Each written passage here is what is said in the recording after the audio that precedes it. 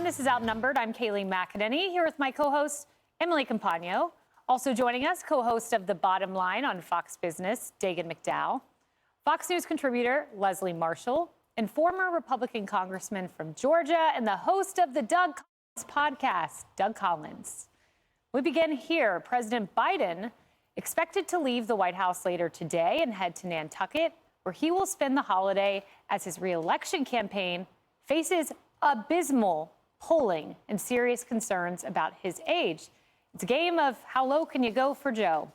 The president posted this picture on his 81st birthday, joking about his age. Thanks for the birthday well wishes today, everyone. Turns out on your 146th birthday, you run out of space for candles. But no one was laughing when the White House was pressed on concerns over his age. Is there a real alarm happening behind the scenes that the president is simply too old to stake around for another 4 years? No, there's no alarm happening behind the scenes. I can only speak behind the scenes here. There's no alarm happening behind the scenes. There's alarm bells all across the Democrat Party. That's why you have pieces in the Washington Post and in the Wall Street Journal, among other places. The latest NBC poll shows the president's approval rating plummeting to just 40%. The lowest of his term.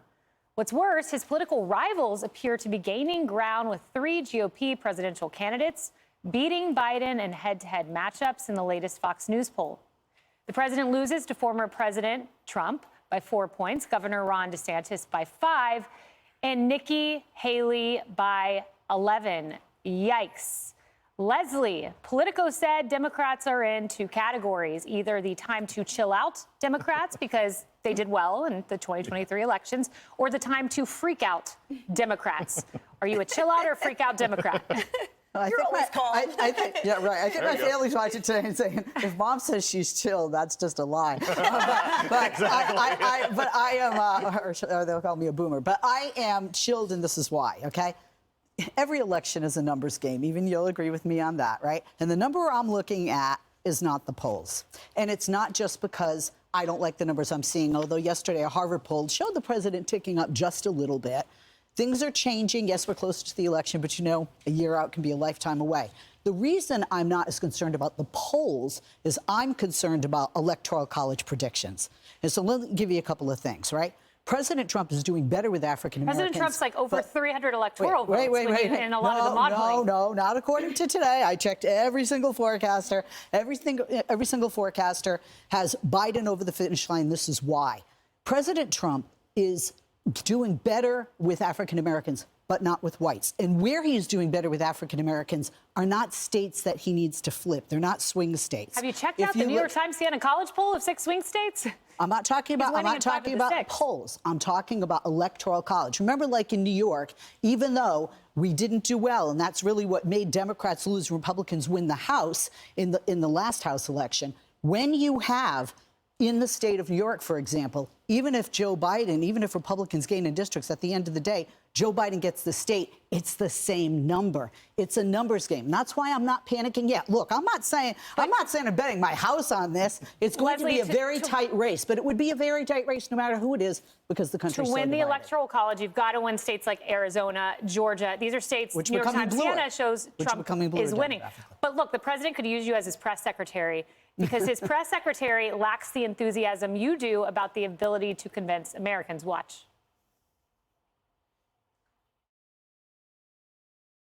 Polls that show that the electorate at large and also significant majorities within the Democratic Party believe that the president is too old. The polls that show the American people and also significant majorities within the Democratic Party don't want him to run again. And the polls that show his handling of the economy, foreign policy, all of these dismal polls, his job approval ratings. Does the White House have any basis to challenge the accuracy of that polling? I'm not challenging the accuracy here. That's not what I'm doing. What I'm saying to you is that, we're not going to change the minds of Americans. I get that. Americans are going to feel how they feel, and we're going to respect that. And I've said that many times from here. Many times. I said that moments ago. What I can tell you is what our perspective is. What I can tell you is how we see things. I mean, I don't know how to translate that, Emily, but we're not going to change the mind of the Americans. That's kind of the job. I mean, first of all, it's worst press secretary of all times. Because for her to talk out of both sides of her mouth, where she says, Americans feel how they feel, well, that's absolutely right. Americans feel the stress on their wallet. They feel the stress at the Thanksgiving table. We're going to dive into Bidenomics later in the show, but the reality is that most Americans feel terribly disappointed with their commander-in-chief on many fronts. And I really appreciated your opening because, it really is all about the math. And that's something that we have to keep in mind, as Chad Pergram says all the time. But at the end of the day, when you include the vast majority of Americans who are dissatisfied, disheartened, and disappointed right now, it is reflected in overwhelming numbers that when she says we respect how Americans feel, well, then why aren't they changing anything? Because at this moment, for example, per Marquette, Trump crushes Biden on immigration, 23-point margin, the economy, 21 points, foreign policy, 11 points. And when they start talking about the derangement syndrome and, well, this is this about Trump, well, why don't you bring in the other GOP candidates who are soundly, resoundingly beating Biden as well? In the latest head-to-head matchups from Fox, Biden not only loses to Trump by 5 points, he loses to DeSantis by 6 and Nikki Haley by 11. So I think rather than the White House and the press secretary focusing on the narrative and the sort of sheen that they can paint, the real suggestion would be for them to listen to Americans, not just respect how they feel. Listen, make changes in policy. I'm not holding my breath. At the end of the day, she's going to be out of a job real soon. Doug, and I mean, listen to Americans. Men, 63% disapprove. Voters under 45, 62% disapprove of Biden. Hispanic voters, 60%. Black voters, 41% disapprove of Biden. Oh, it's amazing. Number one, I do not want Leslie as press secretary because she actually makes sense. That was really good. I'll leave her where she's at. She can comment on it because really what's coming out of the White House doesn't make sense right now. Yes, correct. It's Thanksgiving week. My grandmother used to have a great saying. She said, perception is reality. And perception right now of the American people is that everything there's a turnaround, there's a bad. That's why you're seeing poll numbers. I agree, though, also that polls are a snapshot in time. Where I disagree with Leslie, and we'll go back into this, is in those areas, and I'll go to math because politics is simply math. I don't care. It's not a science. It's not an art. It's a science. It can be blended. The math of Arizona, Georgia, Wisconsin, Pennsylvania, Wisconsin, all these are coming back together. I take great disagreement with Georgia being blue. It's nowhere close. You have 2 senators, great. I can explain why you have 2 Democratic senators because every other constitutional officer won by the highest margins Republicans have won in several years just a year ago. So again, there's changing demographics in Georgia, but it's not this way. Donald Trump is very popular in Georgia and right now would win Georgia. And so I think these are the kind of things I agree. Electoral math is about presidential politics, but also it's the reality of when you look at, here's the difference. We're not dealing with age. I think age is going to be used by the Biden administration now as a victim card. Well, you're just picking on him because he's old. No, I'm picking on him because when I look at a camera, he falls down, he forgets where he's at, he doesn't talk, he makes crazy statements, forget who's up there with him, doesn't seem to know how to get off a stage, and then you like on that to the policy. Afghanistan debacle, a border that is open, a foreign policy that doesn't seem to exist. These are the problems why it's truly going back to perception is reality. And right now the perception is he can't handle it. No, and yesterday, huge mix-up by Biden. He mixes up Britney Spears and Taylor Swift. Let's watch. Now that's a big one. Who does that? It's delusional. Now, just to get here, Liberty and Bell had to beat some tough odds in competition. They had to work hard to show patience and be willing to travel over 1,000 miles. You could say even this harder than getting a ticket to the Renaissance tour or Britney's tour. She's down in, it's kind of warm in Brazil right now. Obviously joking, very minor in the big scheme of things, but nevertheless. But it's consistent. It's consistent. You see this all the time. Yeah, I'm just watching him going, I wouldn't let him use the stove in my house unattended. I think that most people are in agreement to what Doug said. It's not about the age, it's the cognitive decay and the cognitive decline. Nobody cares about the number. What did Kennedy say, or James Freeman earlier? Don't make the popular culture joke unless you are up on popular culture in the last 20 some odd years and know the difference.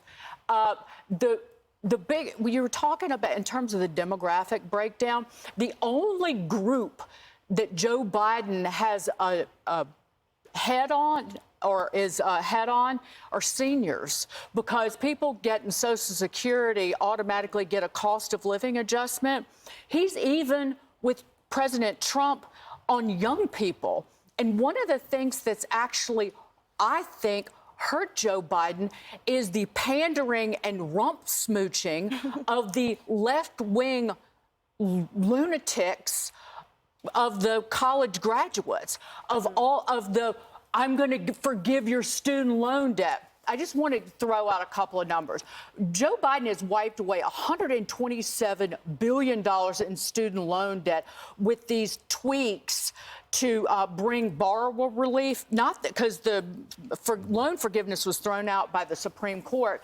And then on top of that, with the student loan moratorium, that actually, if you do the math, not paying interest and then no interest accrual, that inflated away the debt. That was an additional $419 billion loan forgiveness. Only 1/3 of young people in this country have a college degree. And that's broadly speaking for the entire United States. So he is intentionally stuck the screws to about 2/3 of the United States.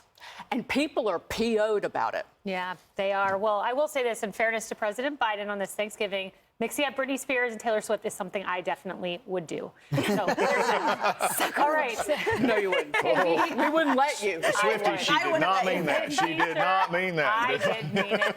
Hey everyone, I'm Emily Compagno. Catch me and my co-hosts Harris Faulkner and Kaylee McEnany on Outnumbered every weekday at 12 p.m. Eastern, or set your DVR.